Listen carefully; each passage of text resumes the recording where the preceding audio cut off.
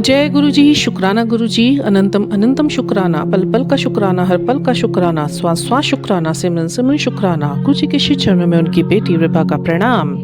और आप सभी साथ संगत जी को जय गुरु जी। और गुरु जी के चरणों में यही अरदास संध्या वेले कि गुरु जी महाराज जी आपको हंसता रखे, बसता रखे, खुश रखे, निहाल रखे, तंदुरुस्त रखे, चढ़ती कला विच रखे, पॉजिटिव रखे, पॉजिटिविटी की ओर लेकर जाएं और अपने साथ अपनी मुट्ठी भर संगत में शामिल करें।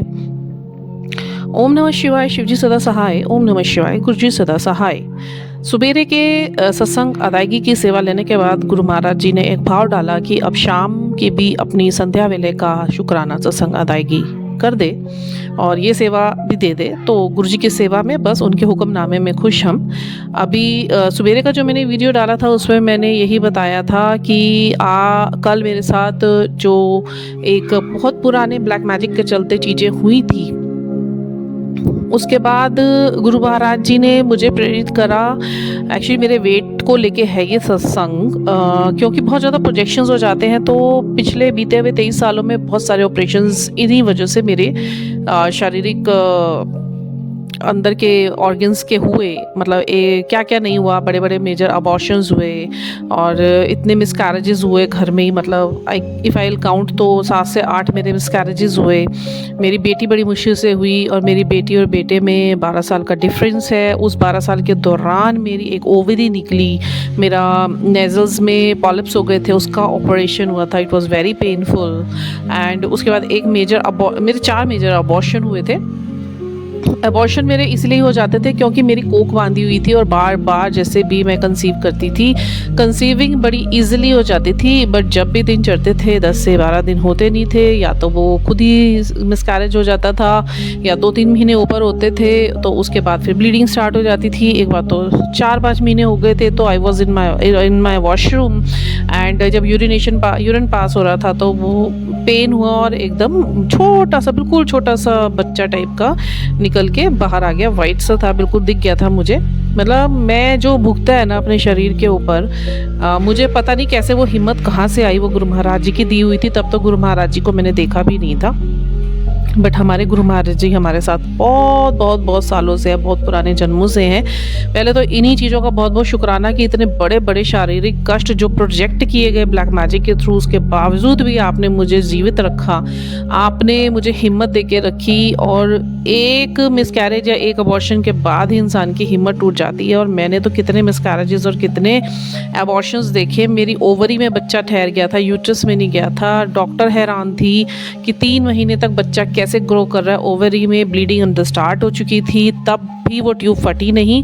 डॉक्टर्स खुद हैरान थे, मतलब इतनी हैरान थी वो, खुद इस चीज़ को एक्सेप्ट कर रही थी।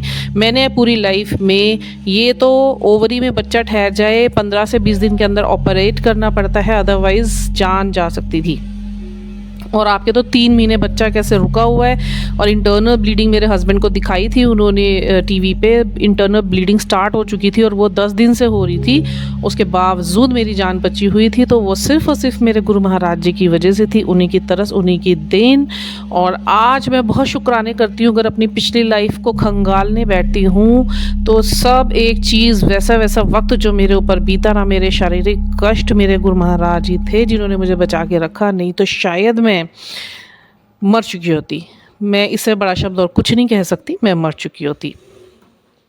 फिर उसके बाद क्या हुआ, गुरुजी ने बोला कि तेरे अंदर इतने प्रोजेक्शंस हुए थे जिसकी वजह से तेरा वेट है ना वो पुट ऑन होता चला जा रहा है और अनइवन तेरी बॉडी होती चली जा रही है। ये तेरे खुद की वजह से नहीं है, ये अंदर के प्रोजेक्शंस की वजह से तेरा बॉडी का सारा सिस्टम जो है वो हिला हुआ है, जिसके वजह से तुझे काम करने का मन नहीं करता, तुझ पे आलस चढ़ी रहती थी, तेरी कमर में दर्द रहता था, पैरों में दर्द रहता था, पैरों में स्वेलिंग रहती थी। गुरु महाराज जी ने इससे पहले भी मुझे कई बार प्रेरित करा कि तू उठ, घर के काम कर, मैं तुझे वचन देता हूँ कि 2-4 दिन के अंदर अंदर तू काम कर सकेगी। And you won't believe, I tried so hard पहले भी, बट वो प्रोजेक्शन तब तक अंदर थे। बहुत थे, एक नहीं था। मेरे को आज मतलब 2 साल हो गए गुरुजी से जुड़े हुए, गुरुजी ने मुझे जोड़ा। और मैं देखूँ ना, अगर इन 2 सालों में गुरु महाराज जी ने नित्य प्रतिदिन मेरे अंदर से कुछ ना कुछ विकार ठीक करा है। चाहे वो मेरे पर्सनल लाइफ़ को लेके, मेरे संबंधों को लेके, मेरे अपने पर्सनल जीवन को लेके, या मेरे अपने पर्सनल हेल्थ इश्यूज़ को लेके। हैरान हूँ मैं, पहले होती थी हैरान, अब तो मैं अमेज़िंग फ़ील करती हूँ, मुझे गूज़बम्प होते हैं अपने ही सत्संग अदा करते हुए। और गुरु महाराज जी के मैं तो शुक्राने करते नहीं थकती, बेअंत शुक्राने। मुझे तो शुक्राना शब्द ही इतना छोटा लगने लग गया है, मुझे तो ऐसे लगता है मैं अपने प्राण गुरु जी के ऊपर न्यौछावर कर दूँ। ये प्राण ही उन्हीं के दिए हुए हैं, ये ज़िंदगी बार बार बार मेरे को बचाने के लिए उन्होंने दी है। बार बार कहते थे गुरु महाराज जी, मैं तुझे इसलिए बचाता हूँ, तेरे परिवार को तेरी बहुत ज़रूरत है, तेरे परिवार पर, तुझ पर इतने ब्लैक मैजिक के अटैक्स हुए हैं, अगर मैं तुझे दिखा सकता ना तो तू देख भी ना पाती। इसीलिए गुरु महाराज जी शायद सपने में ही मेरा सब कुछ कटवा देते, मुझे याद नहीं रहता। इतना याद रहता है कि मैं कुछ देख रही थी, बट उसके बाद मुझे उठने के बाद याद नहीं रहता। और सपने तो मुझे बिल्कुल ही याद नहीं रहते। पहले मुझे सारे सपने याद रहते थे और बड़े वियर्ड सपने आते थे मुझे। बट जब से गुरु महाराज जी ने कष्ट काटने स्टार्ट करे, उसके बाद से गुरु जी ने मुझे यही बोला था कि मैं तुझे सपने दिखाऊंगा नहीं, क्योंकि अगर तुझे सपने याद रहेगा ना, 2-3 याद थे और वो इतने वियर्ड थे कि एक बार तो एक सपना गुरु महाराज जी ने मुझे दिखाया। मैं पीपल के पेड़ के नीचे खड़ी हुई, और शुरू की बात थी जब गुरु जी ने कष्ट काटने स्टार्ट करे थे। पेड़ के नीचे खड़ी हुई थी, एक सिद्ध स्त्री खड़ी हुई थी, माँ काली की बहुत बड़ी मूर्ति थी, स्वरूप था। मेरी बारी आई, उस सिद्ध औरत ने मेरे त्रिनेत्र पे अंगूठा रखा, मेरे अंदर से हजारों लाखों काली आत्माएं निकली और मेरे को फील हुई पूरी, मेरा बॉडी खींच रहा था। नेक्स्ट डे मैं उठी, मेरा बॉडी पेन हो रहा था। 2 दिन मेरे को हीलिंग करी थी गुरु महाराज जी ने। ऐसे ऐसे ही पता नहीं कितने प्रोजेक्शंस गुरु महाराज जी ने मेरे अंग से निकाले। और ये मेरे को कोई बड़ी बात नहीं है, क्योंकि ये प्रमाणित मेरे को इसलिए है क्योंकि आज से 2-2.5 साल पहले जब गुरुजी का मैं जानती नहीं थी, तो मेरा क्वांटम टेस्ट हुआ था। क्वांटम एक मशीन होती है जिसमें आप हाथ में, उसका एक डिवाइस होता है, पकड़ते हैं तो आपके अंदर की छोटी से छोटी गतिविधि भी प्रोजेक्ट हो जाती है मॉनिटर पे। तो वो डॉक्टर हैरान था, कह रहा मेरे को ये नहीं समझ आ रहा मैं आपको ये क्या बोलूँ कि आपका ये ठीक है, आपका सब चीज़ों में कुछ ना कुछ गड़बड़ है। और कह रहा मैं इतना हैरान हूँ, मैं इतना हैरान हूँ कि कोई व्यक्ति अंदर से इतना ख़राब कैसे हो सकता है। 10 में से 2 चीज़ें ख़राब हो सकती है, मैंने 8 ठीक होंगी, 6 ठीक होंगी, आपकी तो 10 में से 10 चीज़ें ख़राब हैं। लम्स आपके बन रहे हैं, वेन्स आपकी ब्लॉक हैं, मसल्स आपकी ऐंठ रखी हैं, यूट्रस में आपके स्वेलिंग है, किडनी आपकी ख़राब हो रही है, और पता नहीं ना जाने क्या-क्या। एसिड, यूरिक एसिड आपका बढ़ा हुआ है, एसिडिक प्रॉब्लम आपको हो रखी है, गैस्ट्रिक प्रॉब्लम आपको हो रखी है, स्पॉन्डिलाइटिस आपको हो रखा है, आपके क्या कहते हैं, ये ब्रेस्ट के नीचे गांठ बन रही है। मतलब मेरा कुछ ऐसा नहीं था कि जो उन्होंने बोला। मैं हैरान हूँ कि क्या हो रखा है और आपको क्या नहीं हो रखा है, कि आपका ट्रीटमेंट करा जाएगा तो किस चीज़ का करा जाएगा। वो क्यों नहीं हो सकता था, क्योंकि ये सारी चीज़ें ब्लैक प्रोजेक्शंस की वजह से ही थी। ब्लैक मैजिक के सारे असर थे जो जिन, जिन्नात, प्रेत, भूत सब छोड़े गए थे। सब गुरु जी ने मुझे दिखाया, सब सिखाया मुझे कि क्या होता है, कैसे होता है, ये काली क्रियाएं लोग करते कैसे हैं। हमें इन चीज़ों से महाराज दूर रखें। मैं तो ऐसे लोगों को देखना भी पसंद नहीं करती। और अब जिनके बारे में पता चल गया है कि किसने किया था, दूर से उनको हाथ जोड़े हुए मैंने, भले ही मेरे से उनकी लड़ाइयाँ हो जाए, भले ही मेरे से वो सारी ज़िंदगी शक्ल ना देखे, भले ही मुझे उनसे तू तू मैं मैं करनी पड़ जाए उनसे अलग होने के लिए, but I am not going to talk with them now. इतने गंदे लोग होते हैं, इतने गंदे लोग होते हैं, अपने परिवार के ही होते हैं, अपनी जेलसी के मारे किसी दूसरे को मारने से भी वो संकुचित नहीं होते। उनको उनको कुछ फ़र्क नहीं पड़ता। उनके परिवार में एक सदस्य जुड़ा है, जेठानी है, देवरानी है, नंद है, उनको कोई मतलब नहीं है, बहन है, भाई है, कोई मतलब नहीं है। उनको बस अपना स्वार्थ सिद्ध करना है। कोई बात नहीं, कर्मास रिटर्न्स, उनके कर्मा उनके साथ, हमारे कर्मा हमारे साथ। जो देंगे, जो बीज बोएंगे वो तो पेड़ बनेगा। एक कर्म बोएंगे ना, उसका एक पत्ता नहीं बनेगा, वो पूरा पेड़ बनेगा। तो आप सोचिए, जब धर्मराज कर्म खोलेंगे ना, तो वो सच और झूठ को अलग करते हैं, फिर वो पिक्चर दिखाते हैं पूरी की तूने ये करा था, अब तू देख। और मेरे सामने इतने केसेस हैं जिन्होंने मेरे साथ बुरा करा, आज की डेट में उनकी क्या गत है, वो बहुत अच्छे से भुगत रहे हैं। तो वो गुरु महाराज जी देखें। अब मैं अपने सत्संग पे आती हूँ। ये जो बड़ा प्रोजेक्शन मेरे शरीर से निकल रहा था, तो गुरु महाराज जी ने मुझे प्रोत्साहित करा कि तू घर का काम करना स्टार्ट कर। अब उनके हुक्मनामे में तो मैंने अपनी मेड को बोला, यार मैं 1 महीने 2 महीने के लिए काम करके देखती हूँ, देखो शरीर मेरा हो रहा है भारी और वाकई हो रहा है, पैरों से एंकल से स्वेलिंग जा नहीं रही है, सवेरे पैर मेरे रखे नहीं जाते नीचे, एड़ियाँ मेरी स्वेल हो रही है। मैंने कहा गुरु महाराज जी का आदेश है भाई तू काम कर घर का, क्योंकि जो ये अंदर प्रोजेक्शंस है ना, इन्होंने काफ़ी टाइम की जगह बना रखी थी, तो मैंने निकाली है। तेरी वेन्स खोल रहा हूँ मैं, तेरे मसल्स खोल रहा हूँ मैं, जो ब्लॉकेजेस हैं सारी खोल रहा हूँ, तो इनको ब्लड सर्कुलेशन चाहिए चलने के लिए। उसके लिए तुझे या तो तू वॉक कर 1-2 घंटे की रोज़ की और घर के काम करती रहे, नहीं तो तू घर के काम कर। वॉक मैं कर नहीं पा रही थी क्योंकि मेरे टाइमिंग्स ही ऐसे शेड्यूल्ड हैं कि वो मेरा वॉक निकलने का टाइम ही नहीं हो पा रहा, और सारा दिन का थकने के बाद शाम को भी गुरु महाराज जी ने बोला तू शाम को कर लिया अगर वॉक, शाम का भी टाइम मेरा नहीं सेट। और आप अभी देखिए सवेरे से अभी तक मैं अब बैठी हुई हूँ, मैं 4:15 हो रहे हैं, मैं अभी तक भी मैंने रेस्ट नहीं करा। और सवेरे 4 बजे गुरुजी महाराज उठाते हैं सेवा के लिए। मैं तो ये भी कहती हूँ 4 बजे भी बहुत देर से उठती हूँ मैं, आँख तो खुल जानी चाहिए, 2:30 पौने 3 बजे आप उठ जाना चाहिए, बट गृहस्थी है नहीं उठ पाते हैं।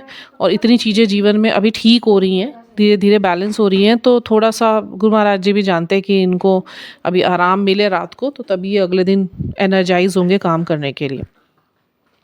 मेरा कमर दर्द हो रहा था बहुत तेज, क्योंकि कल तो बहुत मेरी हालत ख़राब थी। और फिर गुरु महाराज जी बोल रहे कोई बात नहीं, तो रात को सोएगी, सवेरे तेरा ठीक हो जाएगा। और वाकई में सवेरे तक ठीक हो गया। शिवरिंग हो रही थी, फिर गुरु महाराज ने कहा तू सवेरे शाम घर में मंत्र जाप लगा, तेरा ये शिवरिंग भी निकल जाएगा। जैसे ही मैंने मंत्र जाप लगाया तेज तेज घर में, और उसकी वाइब्रेशन से मेरा शरीर में जो झंझनाहट हो रही थी वो भी ख़त्म हो गई, हल्की फुल्की है अब।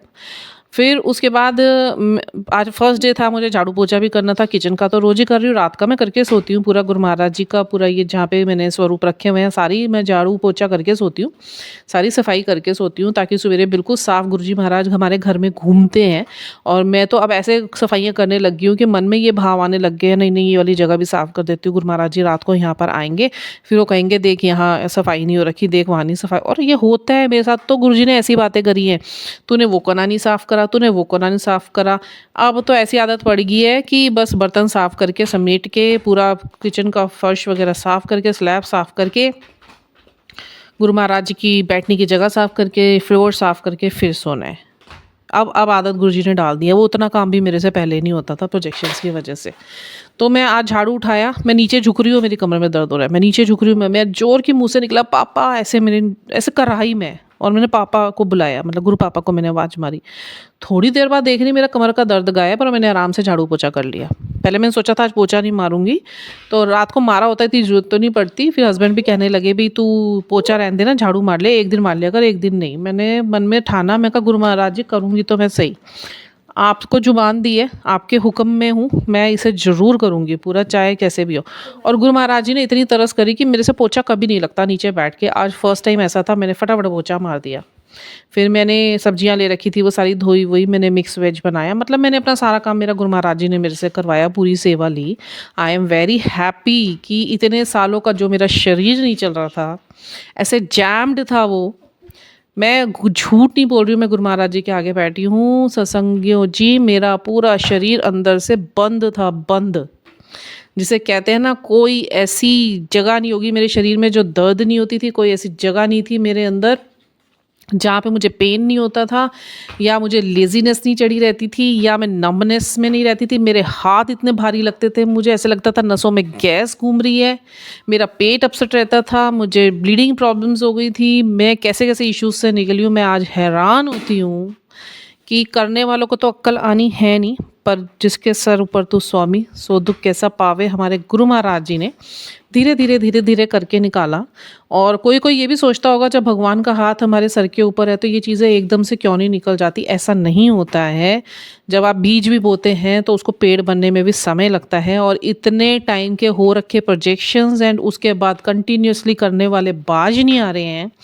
तो आप सोचिए कि गुरु महाराज जी ने एक को तो देखना नहीं है, उनके लिए तो सारे बच्चे हैं, उन्होंने कुछ ना कुछ रेगुलेट करके ही करना है, क्योंकि लिखे हुए में तो वो भी हस्तक्षेप नहीं कर सकते। बट हाँ, अगर हम नाम जाप करेंगे, अगर हम गुरुजी से जुड़ के मंत्र जाप करेंगे, अगर हम सिमरन में ज़्यादा से ज़्यादा रहेंगे और इस नाम जाप की कमाई करते रहेंगे, तो गुरु महाराज जी ज़रूर जो पलटे हुए लेखे हैं उन्हें भी सीधा करने की ताकत रखते हैं।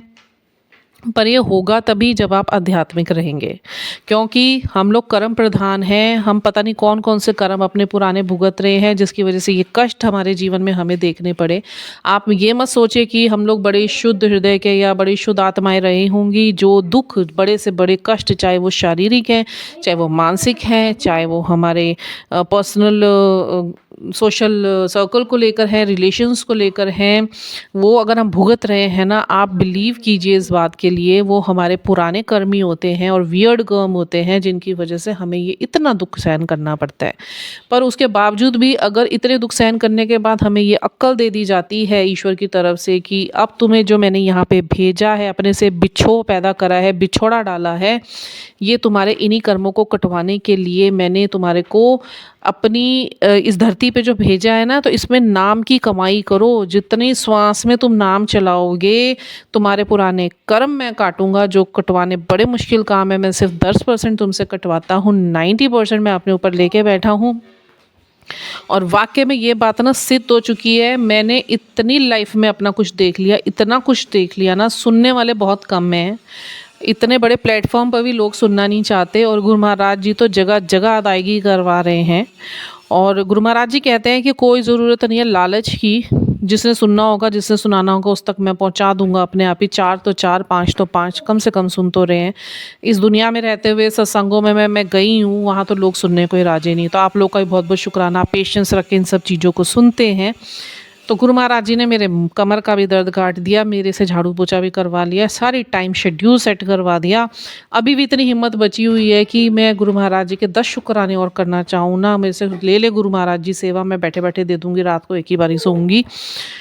नहीं मन करता मेरा रेस्ट करने का। कई बार आता है रेस्ट करने लगूँ, फिर थोड़ी देर बाद लगता है यार गुरु जी का चलो कुछ सुन लेती हूँ। फिर बस खाना बनाते हुए, काम करते हुए, स्पीकर है उस पर लगा के रखती हूँ, ब्लूटूथ स्पीकर पे। ये भी मेरे गुरु महाराज जी का गिफ्ट करा हुआ स्पीकर है, मैं ख़रीदने की सोच ही रही थी, बट अभी मेरा हिसाब नहीं बन रहा था। तो बस मेरे ब्रदर के थ्रू गुरु महाराज जी ने वो भी मुझको गिफ्ट करा दिया। और मैंने प्रॉमिस करा था गुरु महाराज जी से, मैं कहा गुरु महाराज जी कान में ईयरबड्स लगा लगा के मैं थक चुकी हूँ, और जो वाइब्रेशंस घर में आपकी फैलनी चाहिए ना एक तेज़ आवाज़ में, वो नहीं फैल पा रही है। फ़ोन की आवाज़ होती कितनी है। और गुरु महाराज जी ने मुझे जो निहाल करा ये गिफ्ट दे के, उसके बाद से मैंने भी उनका हुक्म रखा। मैं अब सारा दिन मेरे घर में चलता है। इतनी गुरु महाराज जी इतनी तरस करी हुई है मेरे को, इतनी गुरबाणियाँ सुनाते, इतनी साखियाँ सुनाते हैं, इतने मंत्र जाप करवाते हैं ना, मतलब शब्द सुन सुन के ना मन आत्मा ऐसे सराबोर हो रखी है। इतनी शुद्ध शब्दों को सुनकर मैं रिंकू वीर जी का शुक्राना करना चाहूँगी। वो पता नहीं सुन भी पाएंगे कि नहीं। इन चीज़ों के लिए मेरा बड़ा मन है एक वक्त ऐसा आए कि मैं उनसे मिल सकूँ और मैं उनसे कह सकूँ कि गुरुजी ने आपको माध्यम बनाया मुझे अमृत वेला से जोड़ने का, आपको माध्यम बनाया आपकी प्यारी आवाज़ से जुड़ के। और इतने मेडिटेशन, डीप मेडिटेशन में मैं गुरु महाराज जी की तरह से, जो रिंकू वीर जी पे गुरुजी ने तरस करी हुई है, इतनी मीठी उनकी आवाज़ है। अमृत वेला ट्रस्ट उनका चैनल है, और मेरे को जब सुनना होता है मैं उनकी ही साखियाँ, गुरबाणियाँ, शब्द कीर्तन सुनती हूँ। इतने प्यारा बोलते हैं वो, इतना प्यारा गाते हैं, उनके लिरिक्स इतने सुंदर होते हैं, जो नहीं भी ध्यान लगा सकता होगा ना वो ध्यान में चला जाएगा। तो बहुत बहुत शुक्राना मेरे गुरु महाराज जी का इतनी तरस करने के लिए, इतनी सुंदर सुंदर शब्दवाणियाँ सुनाने के लिए। रिंकू वीर जी की आज भी एक साखी मैं सुन रही थी, उसमें यही था कि कर्म तो ईश्वर को भी भुगतान करने पड़े हैं। कृष्ण और उनकी माँ देवकी और वासुदेव का एक प्रकरण वो बता रहे थे, मैं बता देती हूँ। थोड़ा वीडियो लंबा हो रहा है, कोई बात नहीं, सुनने वाले ज़रूर सुनेंगे। जब कृष्ण जी का जन्म हुआ था तो उनको माँ यशोदा के पास छोड़ दिया गया था, और उसके बाद 14 साल तक देवकी और वासुदेव जी कारागार में रहे थे, कंस की इतनी सारी प्रताड़नाओं के साथ। 14 साल बाद जब श्री कृष्ण महाभारत के युद्ध के बाद उनको लेने आए, और कंस का वध करने के बाद जब उनको लेने के लिए वो आए, तो उनकी माता ने, देवकी ने उनसे पूछा, तुम तो प्रभु हो, तुम चाहते तो मुझे उसी दिन यहाँ से ले जा सकते थे जब तुम थोड़े से बड़े हुए थे। उन्होंने कहा माँ, कर्म तो हम ईश्वरों को भी भुगतना पड़ा है। 14 साल पहले आपने मुझे वनवास भेजा था, जो माँ, मैं आपको बता दूँ, जो माँ देवकी रही हैं वो बन के आई थी द्वापर युग में। कैकेयी जब रही थी सतयुग में, तो कैकेयी का ही दूसरा रूप देवकी आई थी उनकी माँ बन के, और जो राम का स्वरूप आए थे वो कृष्ण बनकर आए थे। तो उन्होंने कहा 14 साल तुमने मुझे वनवास भेजा था, यही 14 साल का वनवास तुमने झेला है।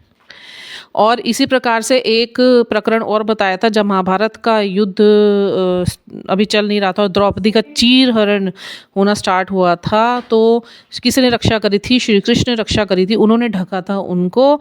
और वो भी तभी यही बात थी, द्रौपदी ने पूछा तुम तो मेरे भाई हो और तुम तो भगवान हो, तुम क्यों नहीं आए? तो उन्होंने कहा तुझे भी तो तेरे कर्म भुगतने थे, तूने पिछले पूर्व जन्म में एक नहाते हुए सन्यासी की कपड़ों को तूने बहा दिया था नदी में, छुपा लिया था। और उसके बाद उन्होंने तुझे शाप दिया था कि तेरे अगले जन्म में तू भी निवस्त्र होगी। फिर तूने उनसे क्षमा याचना करी थी और एक धोती तूने पानी में बहाते हुए उनकी तरफ भेजी थी, वो तूने अपना कर्म सुधारा था।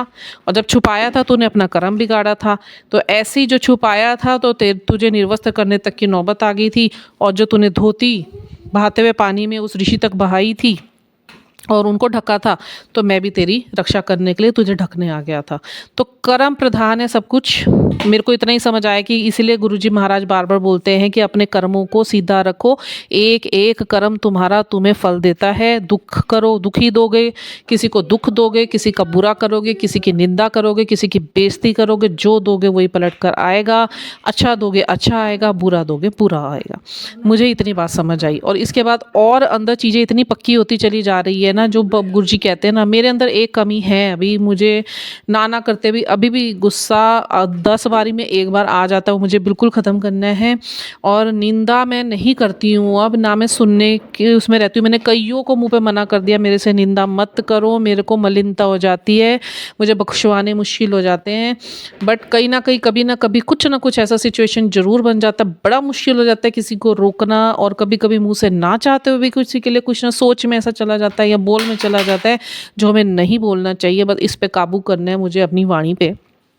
और अपने उस टाइम जब गुस्सा आए उस गुस्से पे मुझे काबू करना है, क्योंकि गुस्से में लिया हुआ डिसीज़न, गुस्से में कहे हुए शब्द हमेशा आपकी ज़िंदगी ख़राब करते हैं, आपके रिलेशंस ख़राब करते हैं, आपके आसपास का वातावरण ख़राब करते हैं, आपके कर्म बुरे बना देते हैं। जब भी गुस्सा आए उस टाइम बिल्कुल शांत होकर, चाहे अलग बैठ जाओ, आइसोलेट हो जाओ, शब्दवाणी सुनो, कुछ भी करो, मंत्र जाप करो, बट उस टाइम एक भी शब्द किसी के आगे पलट कर मत बोलिए।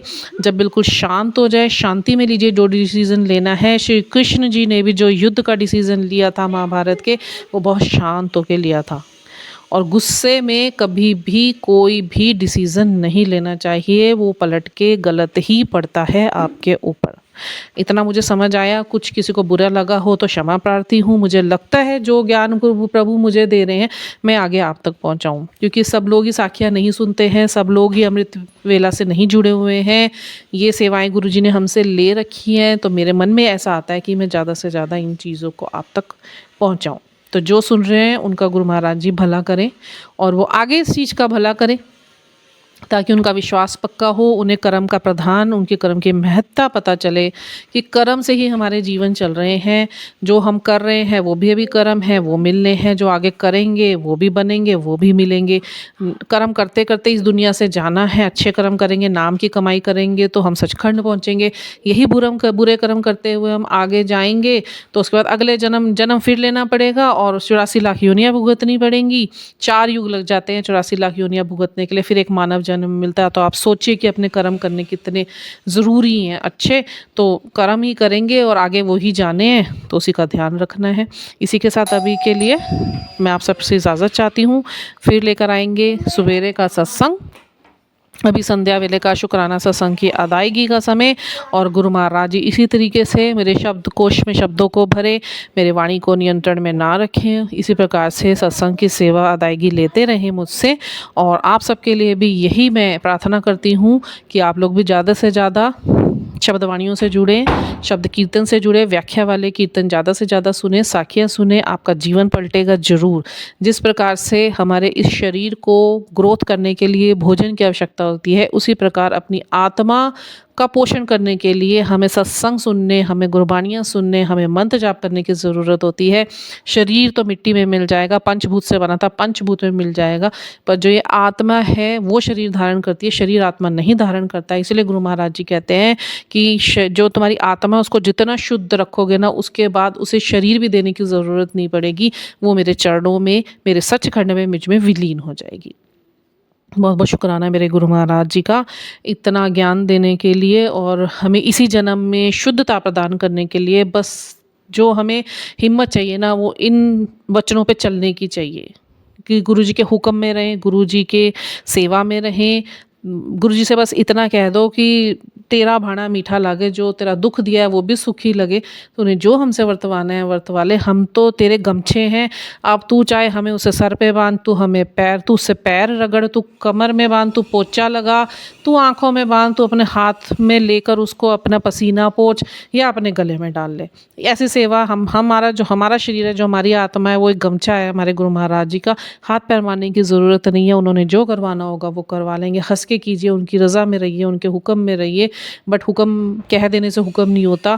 हुक्म मानने का मतलब ये होता है कि फिर गुरु महाराज जी ने कह दिया ना कि सिमरन करना है तो सिमरन करना है, तूने दिन रात करना है तो दिन रात करना है, तूने मंत्र जाप बढ़ा दे तो बढ़ाना है, तू निंदा करनी बंद कर दे तो करनी पड़ेगी, तू आइसोलेट हो जा तो आइसोलेट होना पड़ेगा, तुझे सिमरन सुन सुन के अपनी आत्मा को शुद्ध करना पड़ेगा, तुझे लोगों की मदद करनी है तो करनी है। फिर आप जब उस पर चलना शुरू हो जाएंगे ना, आप लीलाएं देखना गुरु महाराज जी की, फिर ईश्वर आपके पक्ष में आके खड़े हो जाएंगे और आपको इतना दिव्यता का अनुभव होगा ना, जो इस टाइम मुझे फ़ील होता है। क्योंकि मेरे साथ कोई छोटे छोटे सत्संग नहीं होते हैं। मैं तो बार बार कहती हूँ, शुरू में तो गुरुजी ने मुझे ये बड़े बड़े सत्संग भी अपने अदा करने के लिए मना कर दिया था, वक्त सही नहीं था। अब गुरुजी ने मुझको ये आदेश दिया है और मेरे को अब खोला इस चीज़ के लिए कि तू जाके अपने, जो मैंने तेरे जीवन में इतने बड़े बड़े चमत्कार करे ना, अब तू लोगों के बीच में जाके बता।